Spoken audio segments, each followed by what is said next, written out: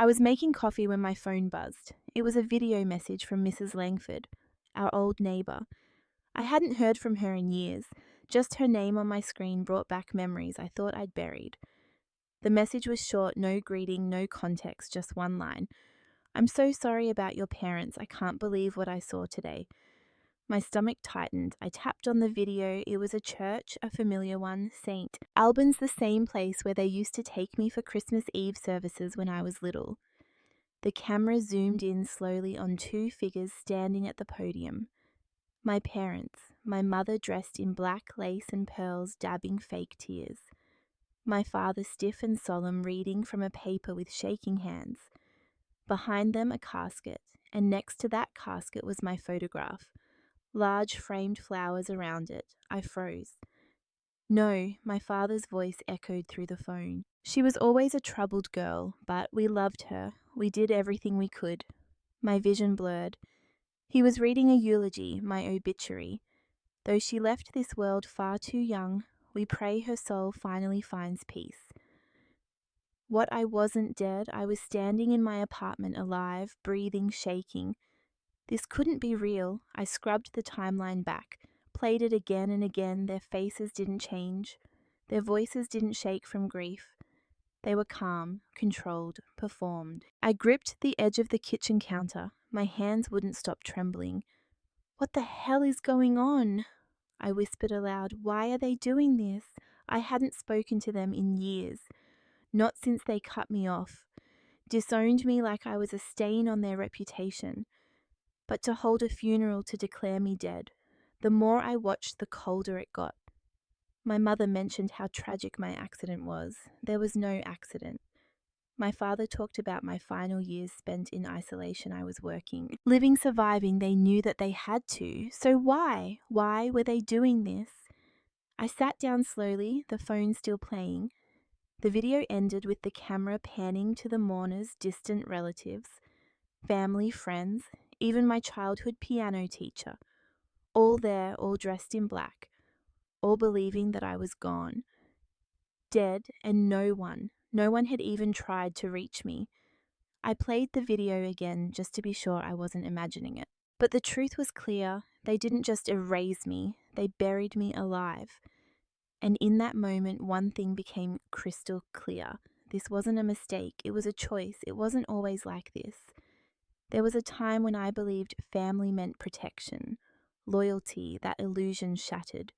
3 years ago, the day I was thrown out of my own life like trash swept under a rug. The truth, it wasn't me who stole the money, it was Elena, my younger sister, the golden child, the one who could do no wrong. She embezzled nearly $80,000 from our family's business account. She was reckless, addicted to a lifestyle she couldn't afford. When the numbers didn't add up and the books caught fire, our parents needed a scapegoat, and I was convenient. I still remember the exact words my mother hissed at me in the kitchen. "Better one ruined daughter than two." My father didn't even look at me when he said it. "You humiliated us. You're no longer our daughter." The next morning I was gone, no money, no explanation to anyone, just silence. I tried calling, texting, I sent letters, nothing. My number was blocked. When I reached out to close family friends, they suddenly stopped responding. One by one, doors that had always been open slammed shut. I became a ghost, not just to them, but to the entire world that had once known me. Eventually, I did what broken people do. I left, I moved abroad, took a job in a cafe, changed my number, learned to live quietly. I didn't post online. I barely spoke my name, but even then, deep down, I held on to hope that someday, someone, anyone would call, ask if I was okay, tell me it had all been a mistake. That day never came. Instead, something worse did. Last year, I tried renewing my old email, but it wouldn't go through. When I contacted support, I was told the account had been deactivated due to a report of user decease.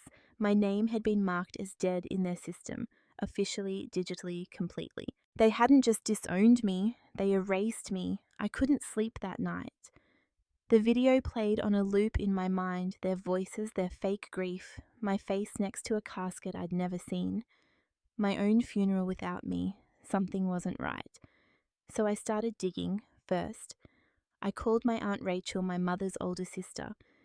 We hadn't spoken in years, but she always used to sneak me candy at family reunions. She answered on the second ring. "Hello, Aunt Rachel, it's me, it's Maya." Silence. Then click, she hung up. I called again. Blocked next. I tried my cousins. One sent me a thumbs up emoji and never replied again. Another asked, "Is this some kind of sick joke?"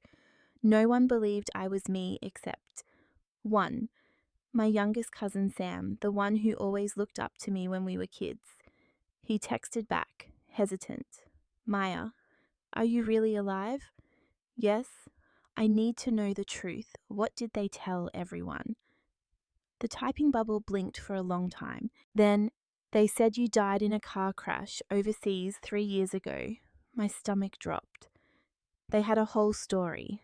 Said it happened while I was traveling, that it was too late to bring me home. Cremation closed casket. I nearly dropped my phone. There had never been a car crash.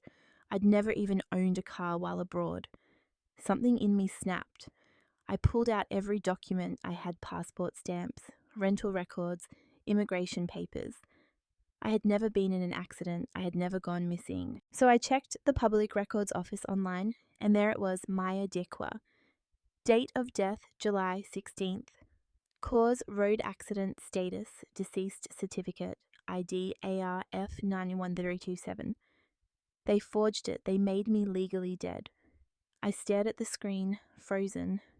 This wasn't grief, this wasn't denial, this was a cover-up. But what were they hiding that was worth burying me alive? I should have stopped digging, but once you realize your own family buried you alive, you have to know why. I found my answer in a place I hadn't looked in years: Eleanor's Instagram. She'd gone public again. And there it was, a glittering carousel of images, white roses, champagne fountains, a diamond the size of a small planet. Elena's wedding, everyone was there. Aunt Rachel smiling like she didn't hang up on me, my cousins clinking glasses. Even great Uncle Theo, who lived in another country and never showed up for anything, but not me, not one mention, not one photo. Not even a wish. Maya could have been here caption, I was gone, erased, like I never existed. Until I looked closer. In one of the photos taken at the reception, there was a speech in progress, a toast. Her husband stood smiling, and next to him my father, holding a wine glass, speaking into a microphone, grinning under the caption, "To the one daughter who always made us proud." And there it was. The switch, not just forgotten, replaced. Curious, I searched the family business registry. A few clicks and my blood went cold. The trust fund my grandparents had left for me, college, startup, money, everything was transferred to Eleanor. 6 months after my death, legally, quietly. She didn't mourn me, she profited off me. I stared at her smiling face, white dress sparkling in the sun, and it hit me. My sister didn't just replace me, she erased me. Enough was enough. If they wanted me dead, they were about to see just how alive I really was. The next morning, I walked into a law office with a stack of documents and a fire in my chest: passport. Stamps, employment contracts, tax filings, lease agreements, flight records, proof, unshakable, unforgivable. The young attorney across the desk looked stunned. "You're challenging your own death." I slid the forged certificate across the table. "I'm not dead, but I plan to haunt them." He blinked, nodded slowly. "Then we'll start with a fraud complaint and a motion to revoke the declaration of death. It'll take time, but legally, I don't have time." I cut in, because apparently I have a memorial this Sunday. He looked up. I didn't flinch. Earlier that day, a message came through from an unknown number, just one line. "They're holding a memorial for you next Sunday at St. Albans." No name, no explanation, but I knew the church, I knew the address. It was real, and so was my plan. I stood at the window of my apartment that night, the city lights glittering below me like sparks waiting for gasoline. They dressed me in lies, buried me in silence, pretended I never existed. But now I had a stage. Let them grieve, let them cry, let them perform. And when the curtain lifts, let's give them a funeral to remember. St. Alban had never looked so full. Cars lined the street like a parade of grief. The heavy doors of the church stood open just long enough to let in mourners dressed in black. Weeping, whispering, hugging each other like tragedy had touched them personally, I watched from across the street, black coat, sunglasses still invisible. It was surreal, like watching a play about a character who looked like me, sounded like me, but wasn't me at all. Inside, the performance had begun. The organ played something slow and tragic. Candles flickered beneath my photo, the same one they used on the fake obituary.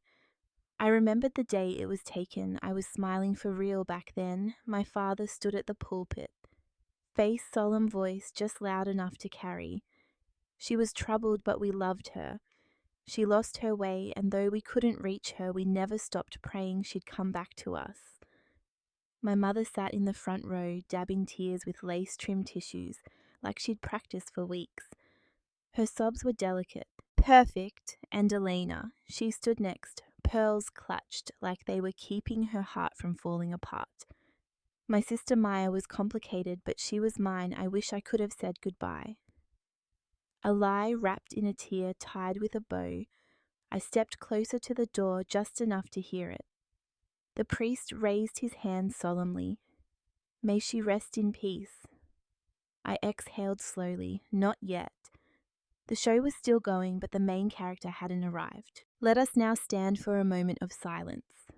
The priest's voice echoed through the church like a final curtain call.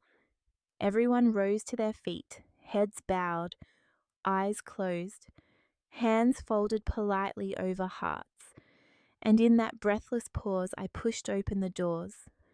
The sound was sharp, deliberate, two heavy oak doors groaning open like a tomb splitting in half. The cold light from outside poured into the church, spilling down the aisle like a spotlight. And I stepped into it, slowly, deliberately, each heel strike on the marble floor echoed like a gunshot.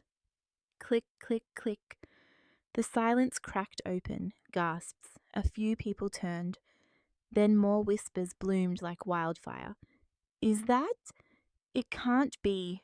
A child's voice pierced the tension. Mom, isn't that her? I took off my sunglasses. Eyes met mine, wide, disbelieving, terrified. My mother's face went pale. Her lips trembled, then she crumpled a hard, theatrical faint. Her body dropped like she'd rehearsed it. My father's mouth hung open, wineglass slipping from his fingers. It shattered against the pew. Elena. Elena locked eyes with me and froze, her jaw clenched, her pearl necklace twisting in her grip. A half-full glass of champagne tumbled from her hand and splashed across her perfect white shoes. The priest, stunned, took a step back. I kept walking. Every eye in the building followed my steps, like they weren't sure if they were seeing a ghost or a reckoning. And maybe I was both. I didn't say a word. I didn't need to. My presence was the thunder after the lie, the consequence they prayed would never come. By the time I reached the front of the aisle, the room was holding its breath. I turned, faced them all, and smiled. Let the truth begin. I stood at the front of the church beneath my own portrait, the same photo they used to eulogize me, to bury me. I turned to face the crowd, dozens of eyes staring at me like I'd risen from the grave. Good, let them look. I cleared my throat once and spoke into the silence. I heard I died. But I'm here to correct the story. A ripple went through the room. No one moved. Some had phones in their hands but forgot to blink, let alone hit record. There was no accident, no tragic car crash overseas, no closed casket because the body was unrecognizable. I pulled a folder from my coat, thick stamped, sealed with government marks and international dates. These are my passport stamps, my employment records, tax filings, apartment leases. I've been alive, I've been working, I've been surviving. The only thing I lost was them. I turned to my parents. They told the world I died, faked the documents, filed a certificate. And when I was legally gone, I turned my eyes to Eleanor, who stood frozen, fingers clenched around her pearls. They transferred everything to her: my trust fund, my inheritance, my life. Elena opened her mouth, tried to speak. I didn't let her. Don't enjoy the house you bought with my money. A murmur rose like thunder behind me. Someone whispered, "She's got proof." Another gasped, and then a phone lifted red dot blinking. Someone was filming. Good, let the world see this funeral for what it really was. Not a farewell, a cover-up. You didn't lose a daughter, I said, staring my father down. You threw her away, and now you get to watch her walk back in. The lies were ashes, and I had just lit the match. I turned back one last time. My father's face was pale, my mother still trembling in her seat. Elena Hollow defeated. No pearls to clutch now. You buried me to protect yourselves, I said calmly. But I came back to haunt you with the truth. No more shouting, no more lies. Just silence. Heavy, final. As I walked out, the church bells began to ring. How fitting, a funeral bell. But this time not for me. Montage. I handed the documents to my lawyer, signed the final page, watched the death certificate get torn in half. My legal resurrection was official. An investigation opened into fraud, false reporting, and embezzlement. Let them try to lie now. Voice over, steady and quiet. Sometimes you have to die in their world to be reborn in your own. And this time I wasn't coming back for forgiveness. I was coming back for freedom.